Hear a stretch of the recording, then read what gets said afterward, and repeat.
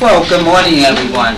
Good morning. And welcome to OPC Horizon 2015 Symposium panel discussion entitled Uniting Seniors and Technology. My name is Jean Gross-Bethel. I'm a consumer outreach specialist with the Office of the People's Council, and I'm going to serve as your moderator today. Technology is transforming the way we conduct business and communicate with one another today. It's a powerful tool that enables us to manage and control our access to our family and friends, banking, medical reports, and most importantly, utility usage. There has never, I mean never, been a more exciting time to be part of the utility and energy industries. Technological advances have produced a full range of tools that help individual consumers manage their energy usage. From the non-technical simple devices like light bulbs to the more sophisticated technical devices like smart meters and thermostats.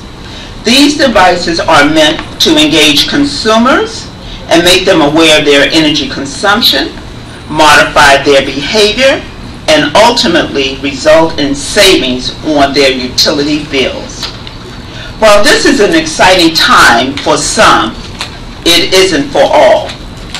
The reasons vary from lack of interest and knowledge in technology, affordability, and access to technological equipment such as computers and internet, training, and awareness of the various management tools and products offered by the utility companies.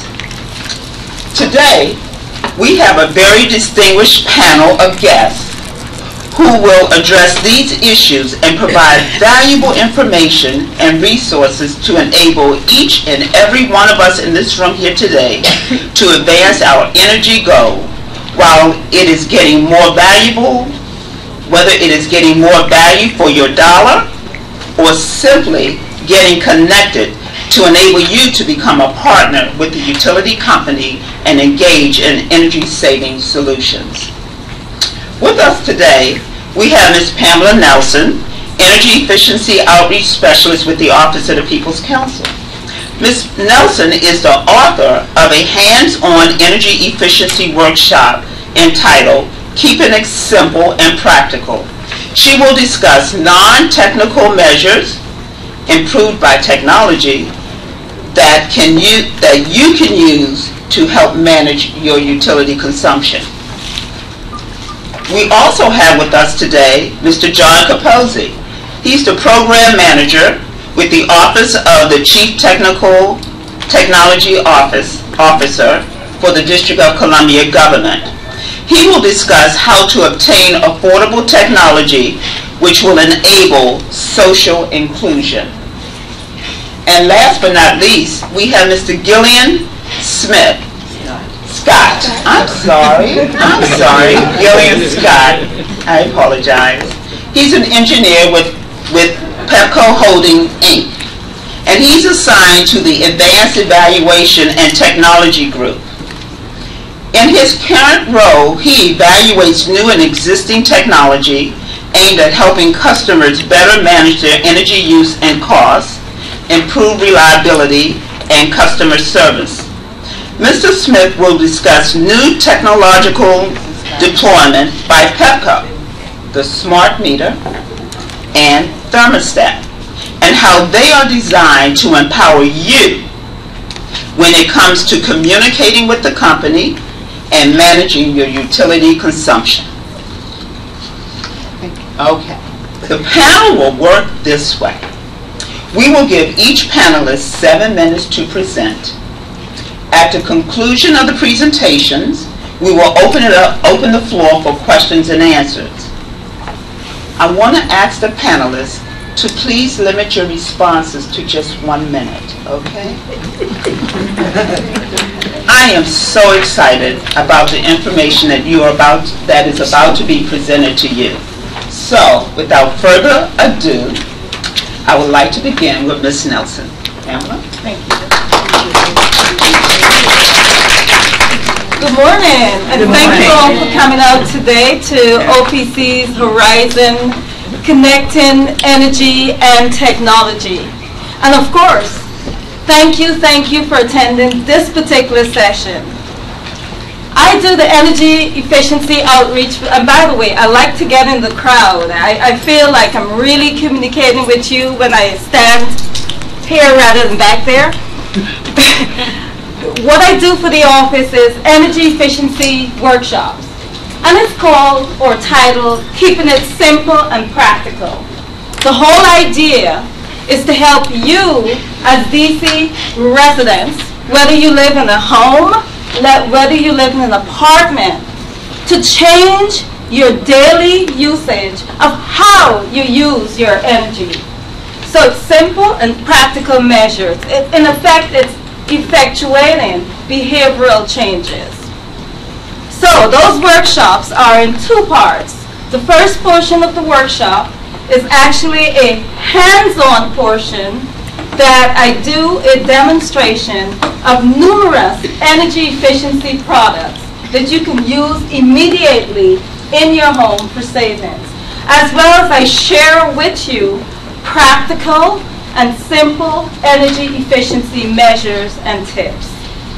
One of those measures, so that I can sort of unite the topic, uniting energy and technology, is simply lighting.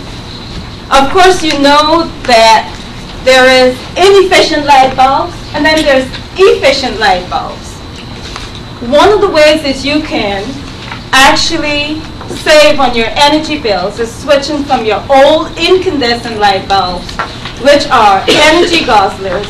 It's more about the energy usage as opposed to the energy savings, to more energy efficient light bulbs. You can do that. Actually, the technology part of it would be using sensors, lighting sensors, and they're motion sensors that only comes on when you enter a room and goes off when you leave. The second portion, and I know I'm on a strict time schedule, the second portion, remember I said the workshops are in two parts. Part one is the hands-on. The second aspect of the workshops are actually outreaching to multifamily property owners, officials in churches or faith-based organizations, and small businesses. Here's why. You as residents, you as dwellers, you do your part. In the case of a multifamily building, unfortunately, there are some responsibilities that the residents have, and there are other responsibilities that the owners have. So, in order to complete that whole for as close to the maximum energy efficiency as possible, it is necessary that property owners and property managers, as our People's Council said earlier, get jiggy with the energy efficiency program, period. So what I do on that second aspect of it is serious collaboration. And that collaboration tends to be with mainly district-sponsored energy efficiency and renewable programs. Of such, there is the DC SEU, which stands for the DC Sustainable Energy Utility. And each and every one of you, as district residents, you pay a small portion of a very tiny fee into what is called the Sustainable Energy Utility Trust Fund. Those monies, you pay it on your gas bill, you pay it on your electric bill. Those funds go to the DC SEU, who then in turn takes those monies and provides rebates for each and every one of you in the energy efficiency arena. Do not shop for another energy efficiency light bulb after leaving here today without not calling the DC SEU. You can call 311, which is the central number for all DC government agencies, and get a rebate to buy, whether it's the CFLs, that stands for compact fluorescent light bulbs, or the LED, which stands for light emitting diodes. You can also get it, believe it or not, for your appliances. So if you have an older appliance, which is an energy guzzler, it does not save, and you're thinking of switching to a new type of appliance, most of the appliances today come with the Energy Star label. The DC Energy Office will give you rebates for that. On the commercial side, the DC Energy Office also offers rebate now for the second portion of that workshop to faith-based organizations, multifamily buildings, for lighting retrofits, and other type of equipment change out as well. So my outreach again covers all of those areas. You cannot do half and not do the other. It has to be a complete whole. So I'm gonna, am I on time? Okay. Jean is such a serious gatekeeper as far as time goes. Yeah, so I hope today, the workshops actually average, when it's the demonstration part of it, it actually averages anywhere from about 35 to about 4 to 5 minutes. Very dynamic, very involved, very simple and practical. I'm going to take these few minutes to share with you a simple energy efficiency tips that I want each and every one of you when you leave here today to do. Unplug your small appliances. Why am I asking you to do that? First of all, what is a small appliance? A small appliance is, oh, I'm so sorry, ladies and gentlemen. I have to take you through. Jean, do I have a couple more minutes, please? I'm so sorry. Forgive me. That's okay. I actually brought only 4 slides. I begin my workshops with these slides. And it basically shows you, because we're in a deregulated arena, how your energy dollars is spent. The first slide, of course, is Petco. It shows the generation, which is the deregulation portion of your bill. Every dollar that you spend on your energy bill, 72.2 cents, goes towards the deregulated or generation. That's Petco. Let me show you the gas. On the gas side, every dollar that you spend on your therm uses goes towards, again, the commodity side or generation. And that's 50 cents.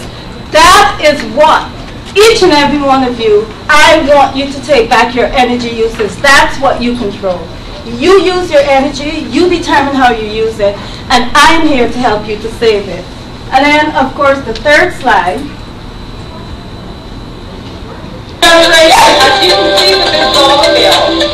OPC's EES staff focuses on increasing awareness of energy efficiency and renewable and sustainable energy options among the broad base of DC consumers in all wards of the city and at all income levels.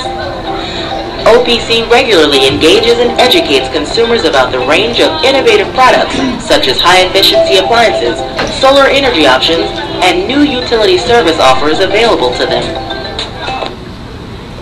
And of course, the final slide. This is the second part of the energy efficiency workshop, reaching out to churches. Breaking news.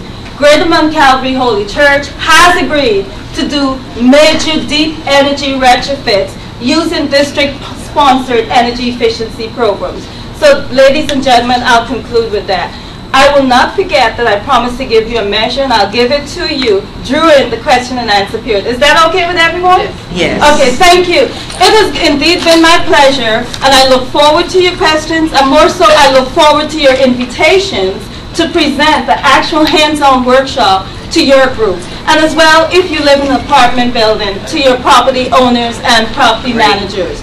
On behalf of People's Council, Santa Maria, and of course, Jean Gross Bethel, our wonderful moderator, it has indeed been my pleasure. Thank you. Right, thank you, Pamela. Now, Pamela just shared with you information on ways in which you can save on your utility consumption. Non-technical measures that have been that technology though has enhanced. For example, the light bulbs she spoke of, and other simple and practical energy efficient tips. But we're also now moving into an age of technology.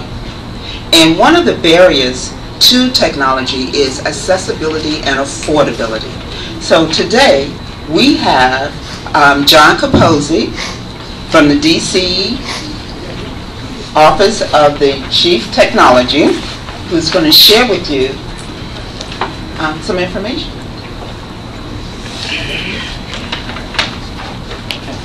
So, good morning, everybody. I'm John Capozzi from Octo, and I know many of you actually as an activist, but I actually get paid full-time to work for Office of the Chief Technology Officer, and it's great to see you all here this morning. And what I do is, it's called the Connect DC Group, and we are the group within Octo that goes out and does community awareness to get people on the internet that aren't connected. So there's a lot of reasons that people are not on the internet, and I'm sure we all know someone who isn't connected to the internet. It could be a friend, a family member. But the fact is, without that online access in the city, we've got about 160,000 people in the city that don't go online every day. So not only, like when we talk about the energy efficiency, I mean, if you want to go look at your pet bill online, if you don't have a computer at home or the internet access at home, I mean, obviously we're trying to work to fix that. And you know, especially people in the city that might be seniors, people that are looking for jobs, parents that have students at homes. I mean, those are some of the targets that I look for, because those people are very motivated to get on the internet. But some people just need training, like they don't know where to go to get training. So as an example, and we've been doing this since 2010. I mean, it's definitely something that we've been working at. I mentioned 160,000 people, and why people aren't online. So some people just don't think it's relevant to their daily life. Other people just lack the skills to be able to do that. That's where we talk about training. And then the cost, obviously, and that's where we'll talk about some low-cost options that we have. And then people that have limited access. The good news in this city is that we don't have that, actually. If you can afford it, someone's going to be able to charge you a bunch of money per month to get internet access. So that's the good news. But why it matters, I mean, obviously, I mentioned some of the reasons, but also on the government side, I mean, we want to be able to have you access the DC government services. I work with the people at Octo that do the DC.gov website. It's an excellent resource for you. You know, DMV, for example, you can do a lot of your stuff online now. And so if you don't have access at home, that's not going to happen, and that's why we're trying to fix that. So anyway, our model briefly is training. So I mentioned training. BiteBack is our partner. How many people have heard of BiteBack?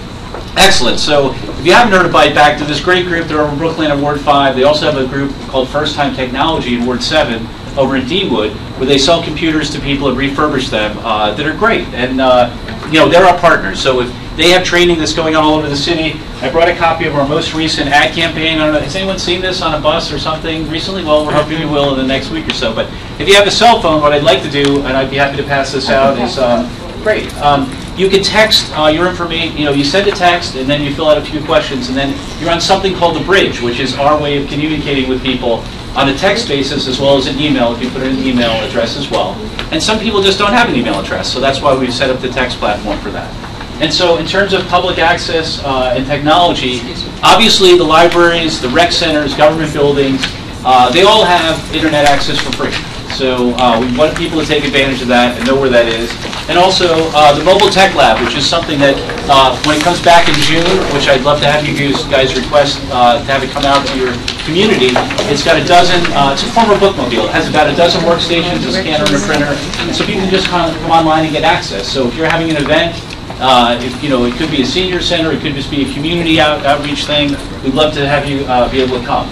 And then when I talk about affordable internet services and computers, there's really three things. I mentioned BiteBack and then selling low-cost computers. Some of them are $65, $75. There's another group called Project Reboot. They sell computers for $25 or $50 to people in need.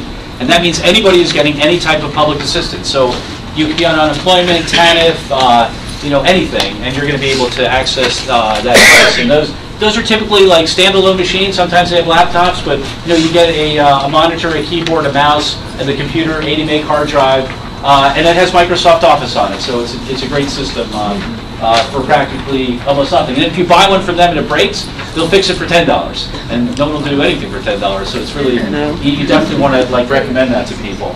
And then on the internet side, our partner is Everyone On, which is a group, national group. But they have the $10 a month offers that you can access here in the city. How many people have heard of the $10 a month? Okay, great. Have you used it or? No. Okay, well it's out there, and there's two things. There's the Comcast program, which is there if you have a school lunch eligible child in your home. But if you don't, there's modems that you can buy either on the Clear or the T-Mobile network that they're $39, they're $10 a month after that. And as long as you get reception at your home for those, you know, for that one of those services, then you're going to get a $10 a month option. And it's a great way to do that. If you already have the internet and you want to save some money, that's your choice. And then When we talk about programs, partners, and tools, I've mentioned Biteback and Project Reboot. We also work with a group called Code for Progress, and they are training people of any age, actually, to become web developers. It's a 4-month intensive training class. They're actually going to be at the RISE Center starting about a month or so. And we encourage anybody who wants to become a web developer to apply to that program. And the first group that they had, which was at 12 people, some from DC, some from elsewhere in the country, they all got jobs within a month or so when they graduated because the web skills are in such demand for that. And so we're proud to be their partner in terms of that aspect of it and letting them know what's going on. And then the public awareness, I mentioned our ad campaign, but it's really about direct action, in the sense that if you invite me to come out to a public meeting, whether it's an ANC meeting, a community meeting, you name it, that's what I like to do. It's a great opportunity for me to talk to people on a one-on-one basis, and that's when people get excited. I mean, a lot of times someone will see something on a bus, but it's a lot different when I come and say, hey, you can sign up for this, you can get a computer for $25, and people will take advantage of that. So that's what I definitely want to mention. So this is our track record. I mean, we feel like the broadband adoption rate has gone up in the city since 2010 when we started our program from 63 to 77%. Of course, we love to take credit that was our Connect DC group, but the fact is people have just figured out that getting online is important to them. And so if we have some impact on it, that's helpful, but it has gone up, and we're certainly hoping to do that. And then I mentioned these discounted offers, which you can find on the connect.dc.gov website. And then finally, in terms of the media campaign, hopefully you'll be seeing more of that and be able to do it. But if you have a cell phone with you now, you want to text that number and be able to get to the bridge, we'd really appreciate that, and let me know. And so obviously I'm available at any time to get a hold of this. I do work for the government, but I am going to call you back. I love the engagement, and actually I'd like to surprise people by actually getting back to them. It's kind of fun. It's the best part of my job in some ways. But the fact is that the Chief Technology Officer is not like the highest visible agency in the government, but I think we're doing a very exciting thing with Connect DC, and certainly helping on the energy side. And I will mention that I have solar panels at my house in Ward 7. It's something I, a big believer in. And but if you can't access your bill online, you can't kind of see what's going on, and I think that's important for people. So anyway, I want to thank you. Well, thank you, John. And that was a perfect segue into Mr. Gillian Smith. Scott.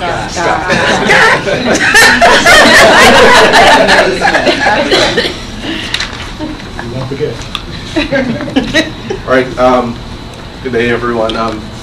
Once again, thanks for inviting Pepco and myself here. I work with a group, Advanced Technology, New Technology, and New Technology Evaluation. So essentially what we do, we are a group where we assess a lot of the technologies that basically promote customer interaction with the utility, promote energy efficiency, and we are the group that essentially vets these technologies before it's actually offered to the public. So the utility landscape, the presenters this morning, some of our panels stated the fact that the utility industry is changing, right?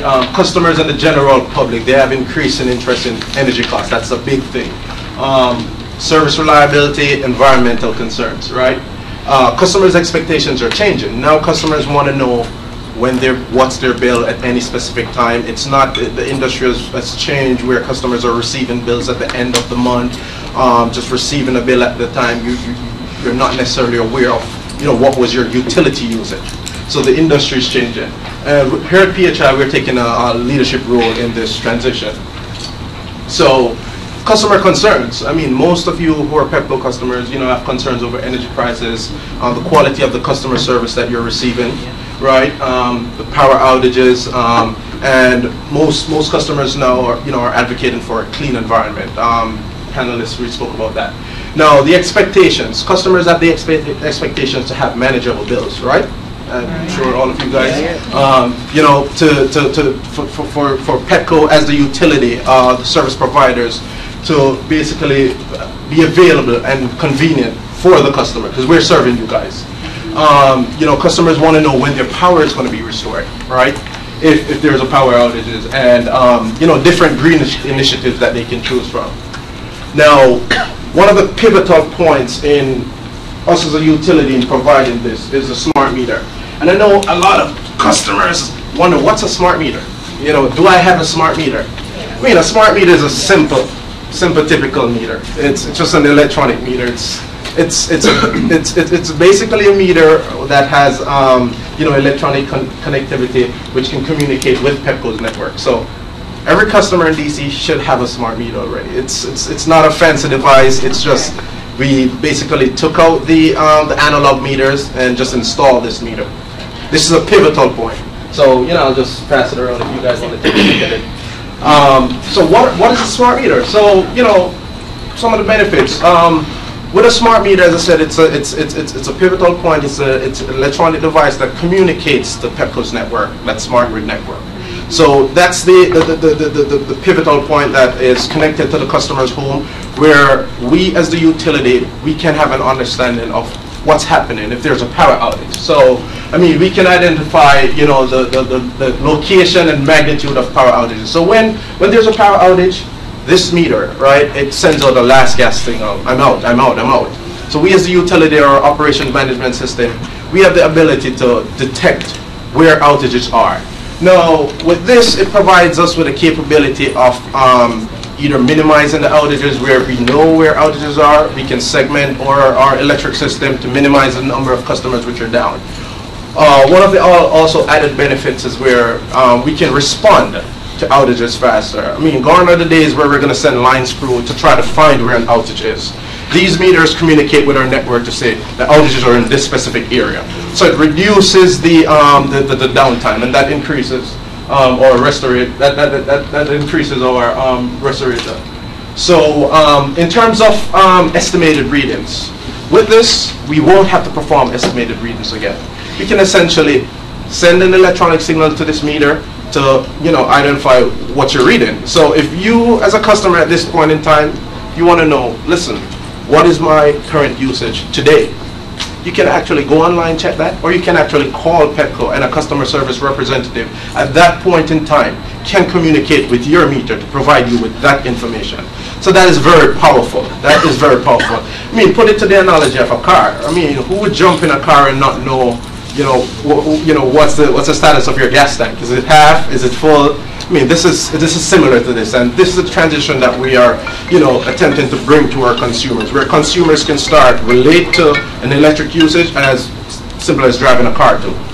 So with this smart meter, because we're collecting this information which we're providing back to the customer, we can provide customers ways to reduce their energy usage, which I know a lot of you would be very much interested in. Another added benefit of this meter is where we can monitor the temperatures at the meter. So if a meter is potentially overheating, we will receive a distress signal from this meter.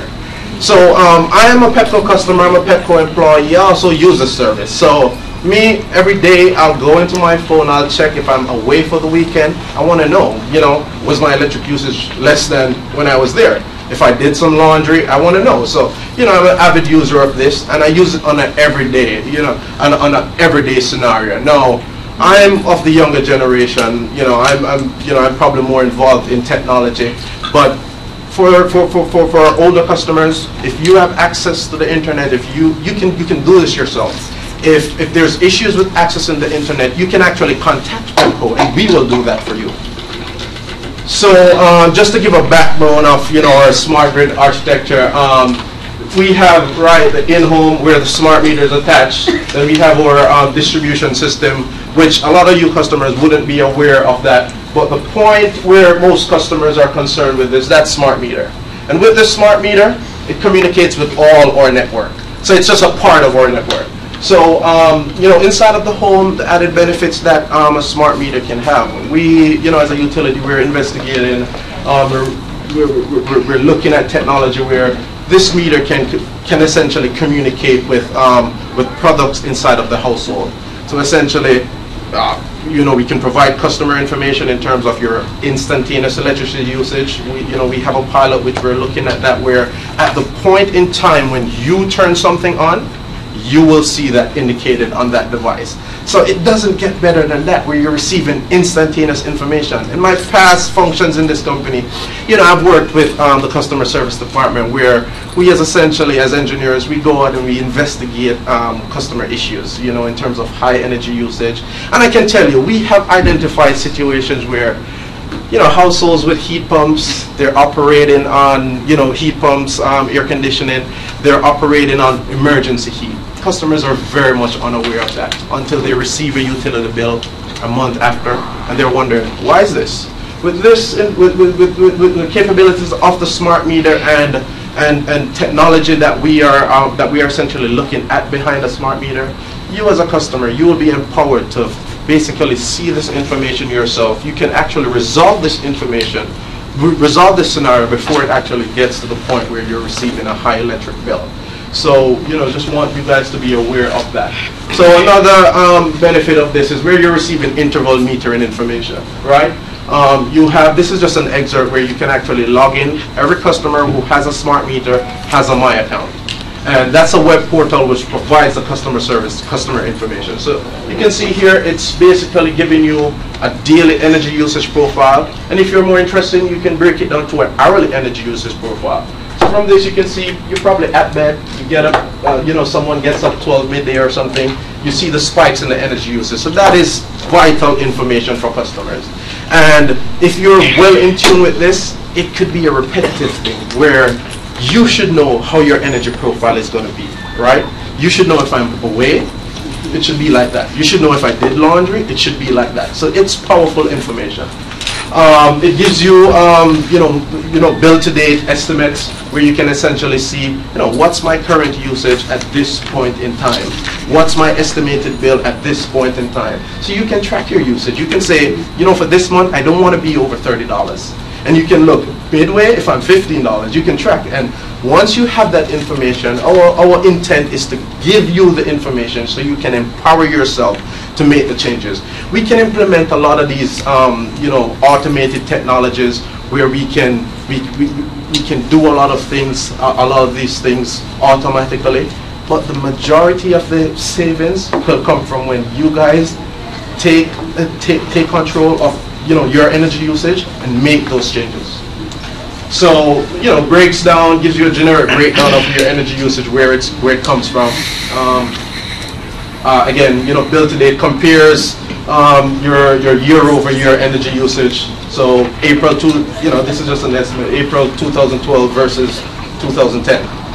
So smart thermostats, that's another technology which we're using. So the District of Columbia EnergyWise program, basically this is a voluntary program where Pepco, we can install one, this is a smart thermostat, it's a digital thermostat, or an outdoor unit, outdoor AC compressor switch, where at peak events, peak days, those are the days when the demand is really high, right?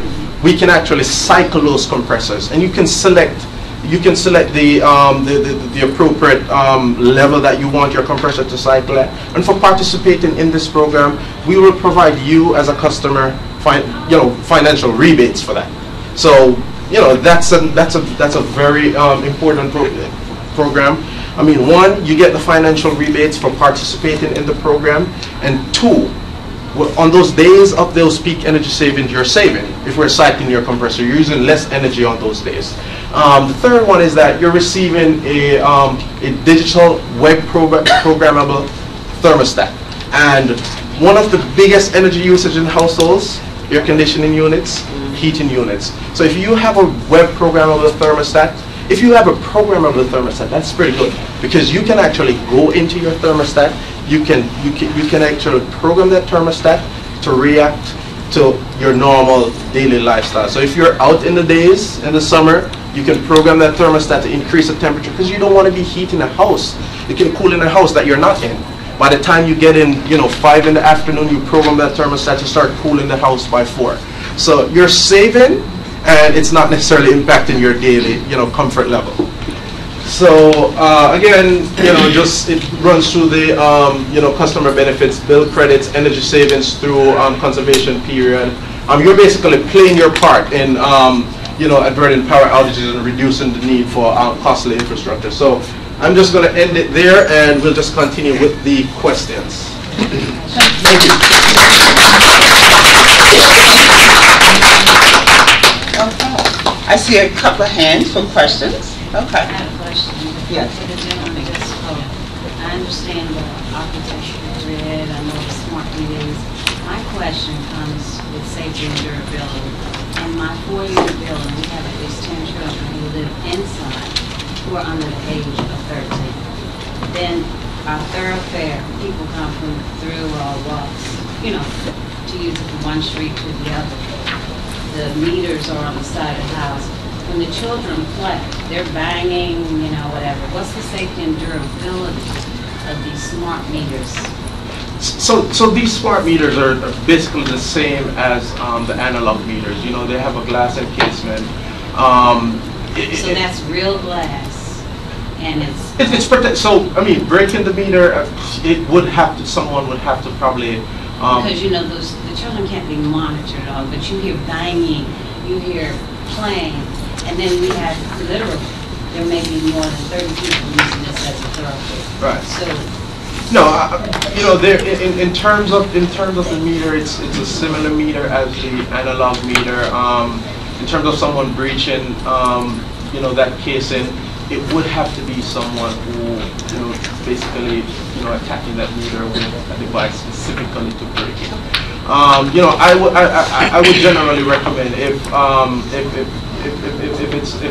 it's a meter bank where a lot of meters are located, it would more be an electrical issue if you have people playing around. But if it's properly they're open, so should I talk to the landlord and say maybe we need something just covered that may be about a foot away from the meters? I wouldn't recommend anyone playing, but it's an electrical issue, just like playing beside any sort of energized device. Okay. So that would probably be something to avoid kids playing around an energized electrical device. Well, I'm saying we can't always monitor them, so I just want to know what the safety and durability was. We're all not always home, but when you are there, I just get away from, meters. But we have you have all kinds of people coming through and children playing, so I just want to know, so they're pretty much safe now. Yeah, the meters are safe. Durability. Yeah, it's safe, it's durable. As I said, it would be more of, someone playing around an energized device. And one more quick question. Okay. Are solar panels zoned, or can anyone have solar panels? Well, solar panels are not zoned per se. There's regulation involved in how they're installed. You have to go through a permitting and licensing process.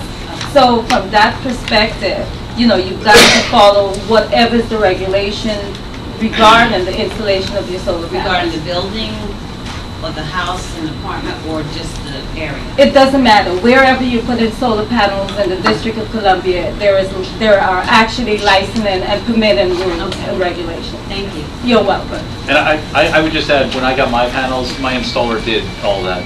I signed a contract and they do everything.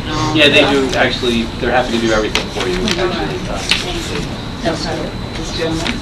Tell me what PEPCO's been doing relative, or been studying relative to thermal, the geothermal possibilities here in the district. So we are a T&D company. So we're basically transmission and distribution. What we essentially do as a company, we ensure that our electric grid is essentially set to accommodate these. So we are not a generating company. So in terms of geothermal, we're not a company which we don't generate. We're transmission and distribution. We only transmit, distribute electricity, and provide customer service to our customers. Are you saying that basically you don't anymore, because your transmission get involved in the subsidizing of these energy efficiency measures? No. We in terms you're mentioning geothermal. So we as a company, we facilitate the interconnection of any approved distributed generation to our grid. So we're not involved in terms of, you know, we're not involved in terms of the generating aspect of that. No, you wouldn't generate that anyway. And I'm just trying to find out what you've done to encourage the use of geothermal. Okay, well, I mean, I cannot speak specifically to geothermal, but I can speak to distributed generation. Well, I want you to speak specifically to geothermal only because basically it's a technique that's been around for a long time.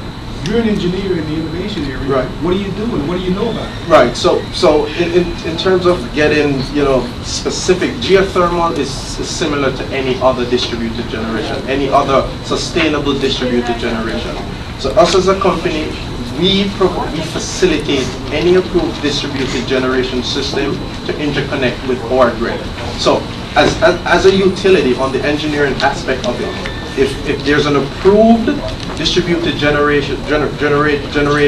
approved distributed generating system, we facilitate that system being interconnected to our grid. Does that mean provide incentives? Excuse me.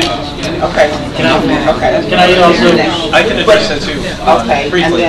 Actually, I have geothermal at my home in Hillcrest. And to rescue my friend at Petco, they can't advocate or disadvocate any kind of power source because they don't generate power. They're just a distribution company. But I know it's saved me a lot of money, and the encouragement is you get a 30% tax credit on the federal side if you put in geothermal or solar or any old sources like that. And not, some people think you need a lot of land. You can dig a hole 90 feet straight down, or you can have a trench, which is what I have at my home. Next. Oh. Engaged. John, I'd like to ask you about something that you did not mention, like is Wi-Fi. You know, like I lose a lot of my usage just when I'm outside and I have my cell phone turned on and it's searching for a Wi-Fi all the time. Is the city doing anything to provide a Wi-Fi base or anything? Well, there's a couple things actually. There is an app that you can get on your phone, or you can look up online, where we actually list every Wi-Fi hotspot that the city has in the city. So for example, when I mentioned schools, rec centers, libraries, a lot of them have Wi-Fi hotspots on the outside of their buildings, so you can access it that way. DCNet is responsible for that. And in terms of our plan in the future, you can always put up more Wi-Fi, and that's something that DCNet, which is part of Octo, is responsible for. And so that that is possible. You might see DC Wi-Fi come up on your phone, and that's where it's coming from. Okay. Next, I saw a hand over here. Yes. My question is in reference to the energy efficient light bulbs. Yes. I was watching a telephone news the other day. And then the energy efficient light bulbs, do they last for a lifetime? Or because what happened was, what they were saying on the news the other day, a guy said he had bought a lot of them. And he bought them because they're supposed to last a lifetime. Okay. And he said they only last maybe about 2 or 3 years. Yeah. Mine has lasted But- 5. Absolutely good question. As with everything else, you do get a bad batch. Here's what you need to do. You need to return those light bulbs if it did not last as long as the package says. That period of time, take it back to wherever you bought it from, and they will send it back to the manufacturer. U.S. Department of Energy is very, very, very stringent on this because they've gotten a lot of complaints. And that is one of the ways that it could be addressed. Just take the light bulbs back to whoever you bought it from, and they will replace it with a comparable energy efficiency light bulb. Okay. Yes. For Ms. Nelson and for Mr. Scott. Ms. Nelson, by the way, I did have an LED light bulb, and I took it back immediately, and there was no problem whatsoever. Thank you. Okay. You mentioned rebates. Is there a financial limit on that, income levels? And for Mr. Scott, you said where it comes from. You were talking about energy, and you said your gadget could tell where it came from. That didn't sound. No, where it comes from. The gadget tells how much the meter readings. Okay. So basically, it tells how much you consume at the meter, not what's behind the meter. Okay, that's fine. Yeah. The other one for you was, is there a phone app for that? Yes. Smartphone app. So that's the generic Pepco app. The Pepco as an app that provides a power outages. It's that same, provide your bill, your bills, your information where you can report a power outage, that's the same application that's used. Okay. Yes. Sure, the rebates are non-income specific. So any DC residents, remember each and every one of you are paying a small fee on your gas bill, your electric bill. So all DC residents can apply for that rebate. Yes. My question is regarding multifamily units as far as the smart meter and the thermostats. Is that something that has to be initiated by the owners or by PEPCO? So the smart meters in terms of multifamily complexes, the smart meters are basically fully deployed in DC. So okay, so once you're paying a PEPCO bill, more than likely you have a smart meter already. Okay, next question. As far as the thermostats, right. If we have smart meters and we don't have the thermostats, right. So so in terms of the thermostats, if you're in a landlord complex where yes. you have a landlord, yes. We can initiate with the property managers to do for that full property to okay. do a change out of Is there a way to have our owners contact PEPCO, or yes. does it happen in the reverse? Yes. How does that take place? So I have the information. It was on my slide. I'll provide that information where you can contact us, and we could essentially initiate that process. But it's a dual process where it has to be a program which the landlords accept. Okay. Excuse me. We're coming to a close, but there's one question I would like to ask Mr. Capozzi. Can you please tell us how difficult is it to actually get a $10 internet service and a $25 computer? Well, I can tell you about the $25 computers first, or the ones that are $65. The $25 are a Project Reboot, and then the ones that are $65 or $75 are at Byteback, First Time Technology on Minnesota Avenue in Deanwood. And what you do there is that you have to show that you're getting some kind of public assistance, which means you get a letter from that agency or group that is providing that to you. So as I mentioned, it could be unemployment, it could be TANF, it could be any kind of public, the school lunch program, anything. And then you bring that letter with you with the amount of the computer, and then they will give you a machine. You can buy up to 3, actually. And then in terms of the $10 internet, you go to connect.dc.gov, and then they'll ask you a couple questions. Do you have a school lunch eligible child?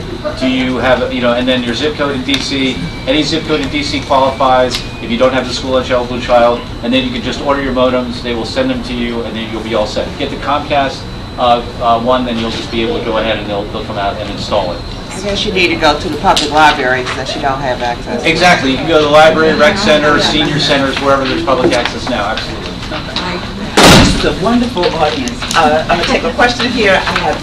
And please limit your question to like 30 seconds and a response to 30 seconds. Excuse me. Yes. I'm Donna Cooper, president of PEPCO, and it's actually a statement.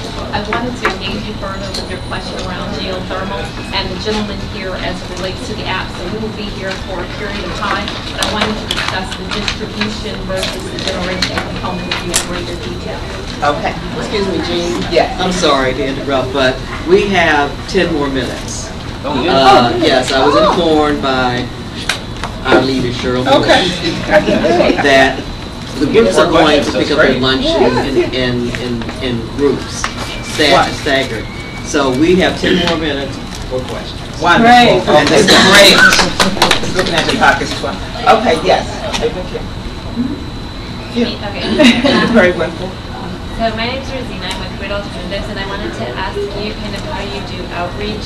You did speak a little bit about what you do, but we also do solar for low-income homeowners, and so, yeah, I'd love to connect with you on how you do that, and if anyone is interested or knows people that might be interested in receiving solar panels on their homes, we do have income requirements, but I would just love to learn more about how you do that. Well, I would just mention that I've met with people from Great Alternatives, and I really like your company because the whole idea is to also hire people in the community to do the installation and to provide those jobs. And I didn't mention, but I handle all the interns at our agency at Octo, so I get a lot of young people that are interested in technology that want to work at our agency. For example, if you have friends or family that are in the summer youth program, then they would contact me about working at our agency this summer, possibly for the Connect DC group or other parts of the agency.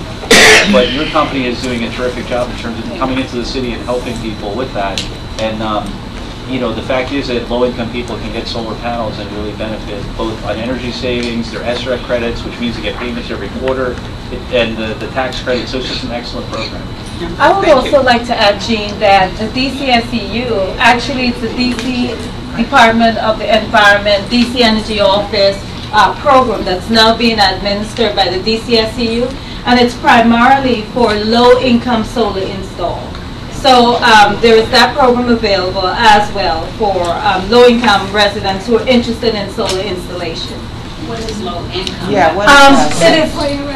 What is low income? I mean, what's the maximum One second.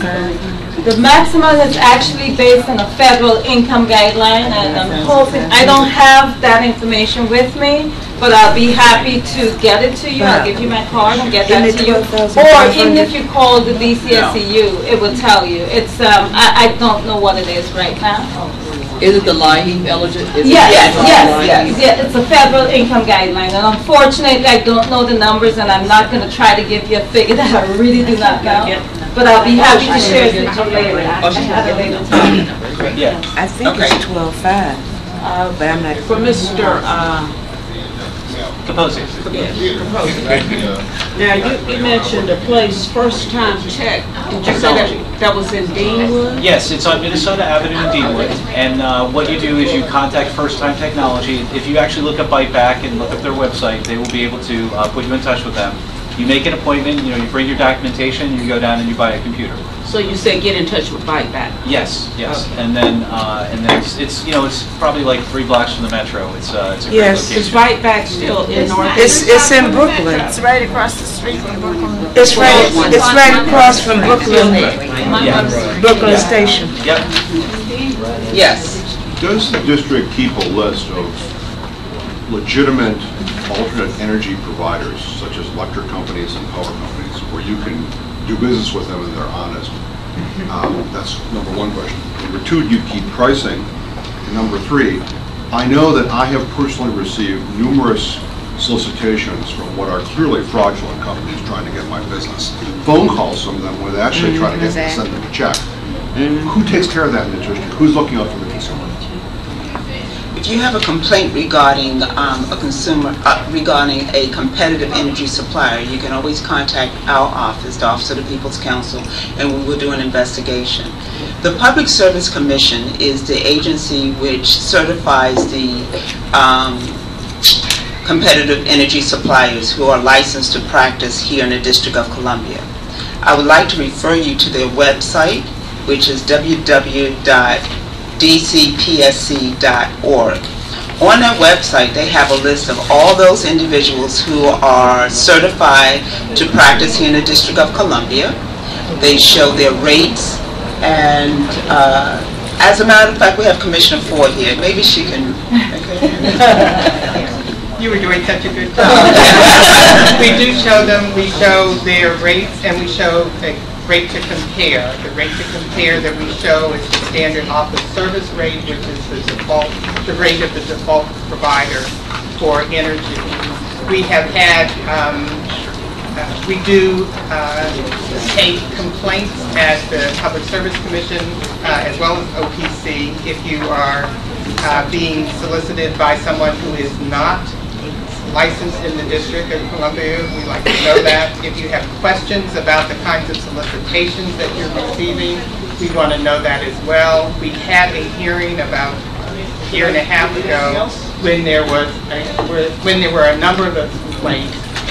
We opened an investigation at the request of the Office of People's Counsel against one of the particular companies, Stereon, which we ended up having a settlement, and they had to pay money. We are in the process of coming up with training for alternative service providers for the competitive electric service companies who want to be here in the district. We have just published new regulations for those providers as well. So all that information is available on our website. Okay, thank you. Thank you. Yes. My question is for Mr. Capozzi. You mentioned a web developer program. Yes. Can you tell me the name of the program? Yeah, it's called Code for Progress. They're based here in DC, and as I mentioned, like they're just starting a new cohort of people in the next month or so, and they'll be doing their training at the Rise Center over at Ward 8. Actually, that's where I'm going back to because there's an event there today that we're part of. So it's a great opportunity for people to get into the industry. They take people of all ages.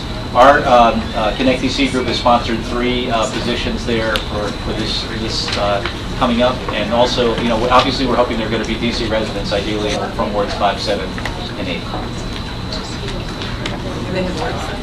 Yeah, just if you look up Code for Progress, you'll find them.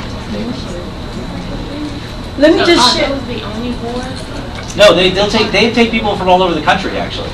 Of course, we would like them to take people from wards 5, 7, and 8 because that's our focus. But believe me, anybody in the country can apply. And they look for people. It's a social justice organization, so they're looking for women and minorities to get into the industry because only 10% of the IT industry is women, and it's even lower for minorities. So that's one of the goals, and that's why we're a big supporter of that. Just a second. I do have to share with you what is the level for low-income residents. Household size of 1. Your income should not exceed $31,327. Of 2, $40,967. 3, and that's the household size, number of people. 3, $50,606.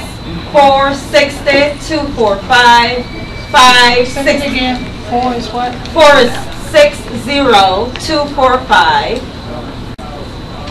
5, it's 69884. 6, it's 79523. 7, it's 81331. And then finally, household size of 8. It's 83138. And thanks for the alternative for providing this. Thank you. We're going to take 2 more questions and then we're going to wrap up so that we can be sure to get everything. So you and then okay.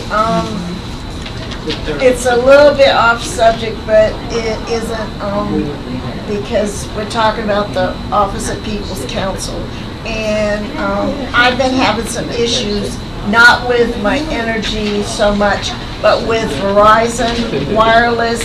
I really wish you guys would consider regulating cell phone providers. They are screwing everybody around, especially for us seniors. We don't understand a whole lot of their billing, and everything's done online. You don't get a paper bill anymore like you do the other Verizon. I know you have to watch that with a microscope. And also, this guy from Petco, we got those thermometers. I live in a senior building up in Edgewood. We got those thermostat things. It's nice, it's up to a point, but we all get this notice saying, do you want to save more money? And what they're doing is they're cutting we're set at 50%. That's how we work. How much they cut you off in the summertime. They're peak the cycling thing. But it can go up higher, and I don't think that's a good idea for seniors because some seniors cannot deal with heat in the summertime. So I think that is a little deceiving. The notice is deceiving. We generally, when customers are selecting these programs, we generally indicate if you have pets, if you have seniors, anyone who is temperature sensitive, we advise you of the different levels. Yeah, but we're all individually metered, so that every senior gets this, and they may think, oh, I'm going to save more money, but the thing is, they're going to get less AC during the summer. And that's my point. The seniors don't understand that they're getting screwed. Now I'm smart enough to see that. So you guys shouldn't be doing that to seniors. Communicate. I want to get your information as well. We would love to come out to your building. And those are the caveats that we do provide. I apologize if there is misinformation from your perspective, but we set forth ultimately that their choices to make as it relates to selecting the program, but education and No, information. we didn't have that choice. It was done by our management. And that's what we will talk with you about it, as well as management, so we're willing to come and speak with you. No, we're individually billed. I understand. Yes. Okay. Okay. Okay. Yes, and last Just one but not simple least. question for Pamela. You started to say what were small appliances, but you never finished. Oh, sure. This might be a wonderful way to end it if Jean would permit me to do that. Small appliances are actually your blenders, your juicers, your microwave, your toasters. I like to say anything that ends in "er," that you can physically pick it up from one part of the kitchen counter and put it somewhere else. You must unplug those things.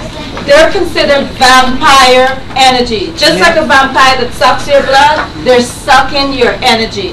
So every time you use them, unplug. Trust me, it took me about a month to really get into the habit of doing it, and now it's automatic. Definitely, just unplug. And you will see, according to the U.S. Department of Energy, you will realize at least a 10% saving on your energy bills. Yep. So, you know, you've got one small measure that's, again, simple, practical, helping to effectuate your behavioral changes regarding how you use your daily energy. So that's one simple method to take away with you today. Thank you.